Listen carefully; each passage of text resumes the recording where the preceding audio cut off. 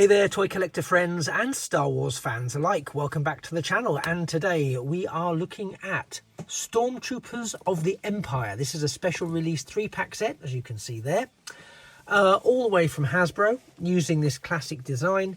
And we do have 3 spectacular vintage collection figures in this wonderful display. Now, we've seen this kind of approach before with some of the other figures that they've released, like the Bounty Hunters, for example, a variation of this approach to the packaging. I really like it. And I only bought one of these because I wasn't buying it for some sort of troop building. As those of you who are familiar with the channel will be aware, Star Wars was probably Star Wars was definitely the figure line that I initially collected back as a child. It's what got me into the notion of toy collecting. And I had so much of it, not like many people. I know many people have so much more. I wasn't a professional child collector. I had a lot of the action figures, and I had a few of the vehicles, but not huge amounts. But they were my world. They defined so much of my childhood and me growing up. That I'd be doing a disservice to say they were anything less than my world. They got me through so many very difficult times and very challenging times as a child. And then, kind of mirroring some of that, they were disposed of through car boot sales and casually without my consent or involvement. And so I ended up with, occasionally I find something tucked away, an old figure that survived remarkably, but they were all played with. They were all out of boxes as a child in the late 70s and the early 80s. This arrives, this didn't arrive. We didn't have pre-orders in those days apart from those mint send-away figures. You got the packet with your one figure in it, and it was torn off within seconds of getting in. That's if you even waited till you got out of the shop.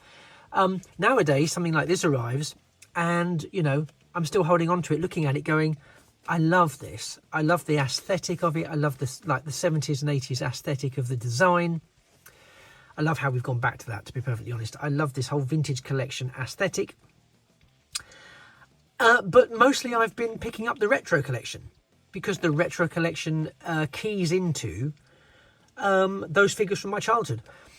The vintage collection, similar, but of course far more articulated, far more detailed, far more 21st century tooling and engineering in toy making. Same scale pretty much, but just so much better in terms of everything else. You know, it just elevates what these figures are, in my opinion. And these figures are beautiful. But as I say, I only bought one of these because my intention was to keep them boxed, because I just thought it was a lovely display piece.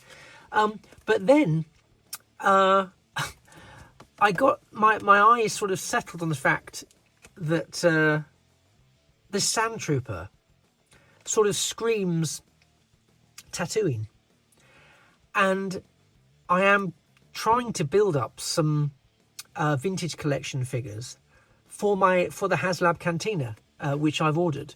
It hasn't arrived yet, and now we are here at the edge of August 2025, and the Cantina, despite me having an email at the beginning of August saying, make sure your details are all up to date by the 11th of August because we'll be dispatching it, as of today, I still don't have it. So I don't know. I'm hoping it's on its way, but I've been trying to amass some Tatooine figures so that I'll have something to populate the Cantina when it arrives. But I've got to be honest, the Stormtrooper, I did love the purity, ironically, of the original white Stormtrooper figure. I kind of liked the Snowtrooper and its little plastic, now it's a soft goods here, you can see, its little plastic cape that would be detachable. And I'd honestly think the Scout Trooper was possibly my favourite iteration of a Stormtrooper uniform and classification. I absolutely loved it. And seeing these, I kind of don't want to leave them in the box. It's such a compelling draw to me to get these out, because they are obviously they're modern takes, and I know in a couple of instances they're reuses of previous molds, but I don't care, because I haven't collected, and I always vowed I wouldn't go back to collecting Star Wars figures, because I knew it was a deep dark rabbit hole that I didn't want to go down. But gradually I've picked up more and more of them. Not religiously, just ones that have really appealed to me, or if I've seen something that's really cheap or special offer. These were neither. They just really appealed to me, and I just like the display option. But I'm now thinking I might need to buy another one somewhere down the line to keep sort of pristine, because I really want to get these out of this box and explore them and play with them. And they would be the first Star Wars figures from the vintage collection that I would ever have unboxed and ever have opened up. And so I'm kind of really drawn to doing that. But I'm then also drawn to, well, is it still in stock? Would I be able to get a replacement set that I could keep sealed? Because I've gone a bit nuts in that respect. I do like the packaging version of this, so I might check that before I make a final decision on that. But again, we'll just check out the rest of the packaging. We've got the classic Star Wars logo there, special action figure set, duplicates on both sides. The bottom is just upside down blurb. The back is nice. Let me move it there so we can actually get I'll position it up so you can see a bit more. So again, it's the sort of special, we just have the Star Wars logo and then the special set details, and the Stormtrooper, the Snowtrooper Commander, which is very important because he has different detailing on his chest plate, and of course the Scout Trooper, renowned for their speeder bikes. So we have this blurb in a variety of languages, but the English is up here, which is more or less my forte. And it just tells us that Stormtroopers specialise in operations across the galaxy, from desert worlds, which we see represented in the Sandtrooper, to Arctic conditions, which of course is the Snowtrooper Commander, and then again lighter armour for them to move quickly, and that is the Scout Trooper, where it's slightly less armour and more bodysuit, so that they can ride the speeder bikes around Empire infested moons and similar. And so, you know, it's just a really nice package. It's a really nice set. But I've got to say, as mentioned, that, if nothing else, would be really good in the cantina. You know, it really would. I just love these. I just love to have one out of its packaging. You may remember that I got the speeder bike from the Mandalorian with the Scout Trooper, and the Scout Trooper was carded. So it wasn't as like a loose bubble. It was a carded figure.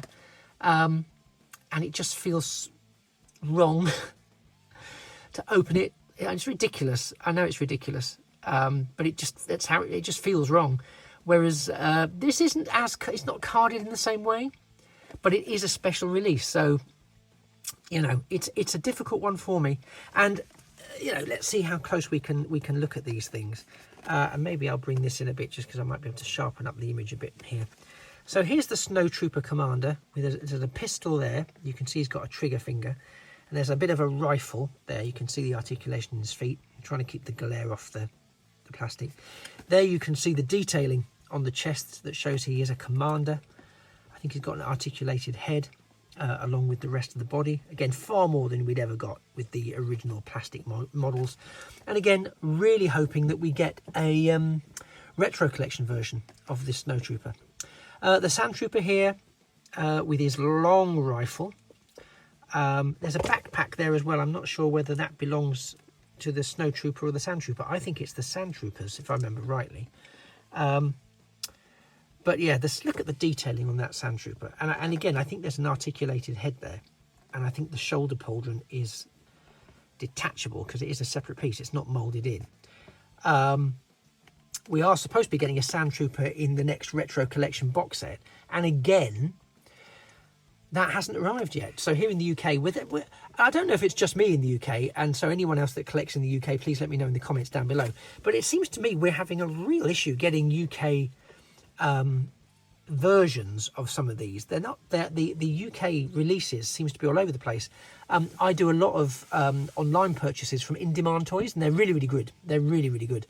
And I have a lot of stuff on pre-order, and they are doing this thing currently, and it's great for customers, and this is a level of customer service that I really appreciate from In Demand Toys, that if you're, and they're saying, you know, we have some US import stock coming your way. It isn't the UK stock that you might have on pre-order, but that's not here yet, and we don't know when it's coming. So if you want to have the US import figure, by all means, go into your orders, cancel the UK version, and buy up the US import stock instead, which I think is a really lovely customer focused thing for them to do, because they're aware that a lot of people, wonderful collectors, are waiting for stuff, and you know, I think that's marvelous that they're doing that. The sand weathering on this Trooper, I'm sort of looking at it. On the camera, it almost looks like it's got a greenish, mouldy tinge to it. But I can say in real life, the figure doesn't. It does look sort of sandy, but it doesn't look all that sandy. It's almost got a kind of baby sick. Apologies, but it has got a kind of baby sick feel to it. So maybe it is greener than I want to admit. No, it's definitely not green. It has got a sort of brown, sandy feel to it. It just looks a bit green on the camera, but I do think, again, a wonderful mold, and you can see the detailing there is going to be fantastic to handle. I can feel myself leaning towards opening this. Then, of course, my childhood favourites, the Scout Trooper. I love the helmet design. I always wanted one, and yes, I know that there's an electronic one available, and I keep fighting the urge to buy it, because what would I wear it with? You know, let's be real. Again, I really love the detailing on this, and I love that he's got his like little pistol there, handle take it, and a sort of ankle holster, which is the little pistol will go in, which I think that's just a lovely realised detail. And again, another gun there, which I'm guessing actually belongs with the Sand Trooper rather than the Scout Trooper, because I don't recall the Scout Trooper, I could be completely wrong, but I don't recall the Scout Trooper having a rifle. But oh, sorry, overdid it. But maybe I'm having some of my mismemories again. It's not impossible. Not impossible. What do we think? Do we open this or do we not? Let me know in the comments if you want me to open it. If there's enough people telling me that they want me to open it, I will absolutely be opening it. I still will. I'll see if I can get a second box though, because I really do like it, and my urge is to open it, but I'm just fighting it because I think, once I've opened them, am I going to play with them? Well, it's not even playing with them, it's displaying them. And you know what? I don't know that they didn't have Scout Troopers on Tatooine using the speeder bikes for, you know, some missions. So maybe the both of these could be in the cantina. Just because we didn't see it doesn't mean it didn't happen. The Snow Trooper commander, that's a trickier one. He'd get a bit warm in that get up in the cantina. But let me have a think about it. Meanwhile, tell me, what's your favourite Stormtrooper design? There have been a few variants across the movies, across the expanded universes. I'd be interested to know. I've told you mine. I do like the classic Snow Trooper look and variants, but I think in my heart I'd be lying if I didn't say the Scout Trooper won it. The Scout Trooper took it, possibly just by a hair's breadth, but I would still say that they took it. Yeah, I think that's fair. I think that's fair. Okay, well, thanks for sticking with me for the last 15-16 minutes. I've been the Triple TC, that's the Time Travelling Toy Collector. You've been a fantastic companion while I've been looking at this box set and debating whether or not to open it. As I say, your input will be so important. If you could drop a like to the video, that would be fantastic. Also, if you haven't yet, it would be marvellous if you could drop a subscription to the channel. It's completely free. Talking of completely free, I also now have a Patreon page. There is a completely free membership tier where you can access some videos that are exclusive to Patreon. So please follow the link in the description and that'll take you there, and you can join for free. And there is there's some behind the scenes photos, there's some product photos, there's also a couple of exclusive videos. There is also now a paid tier, but that is currently under development. I will be putting some new content on there as well. It's the lowest amount that can possibly be charged, and if anyone did subscribe to that, all the money from that I get will be going into purchasing figures and that sort of thing. It won't be paying for holidays or Lamborghinis or anything like that. It'll purely be going into the pot for the many things that I like. Something that I am currently saving for, I've put it on my must buy. Having really got a chance to mess with the Roboson, don't I keep calling it Roboson, the Roboson Megatron recently, and there is a video of that if you've not seen it yet. It's an amazing toy, if it's a toy. But it's an amazing piece, and I really greedily want the Bumblebee. I want the Bumblebee and the Grimlock to complete the set, but I just cannot justify paying for them outright on a credit card or something like that currently. So sort of my target through Patreon is to amass, and I know it'll take quite a while, but to amass enough to purchase at least one of those. And if that does happen, then I can do an exclusive thing, possibly for Patreon, as Patreon paid for it. So that's my thinking. So that's a little bit my rationale for why I've done it, because, you know, in case people thought I'd sold out, I haven't sold out, and I think it's like the equivalent of £5, $5, whatever. So it's not a huge. It's hopefully not going to break anyone's bank, because I don't want people to feel excluded. But equally, I do want people to have, if you are paying for something, I want you to give a bit of additional access to stuff that's not available freely on YouTube, etc. So that's a bit of an explanation behind my thinking for that. Thanks once again. I do hope to see you in a future, or indeed a past video, and it just remains for me to say that things of beauty really are toys forever. Take care. Bye bye for now.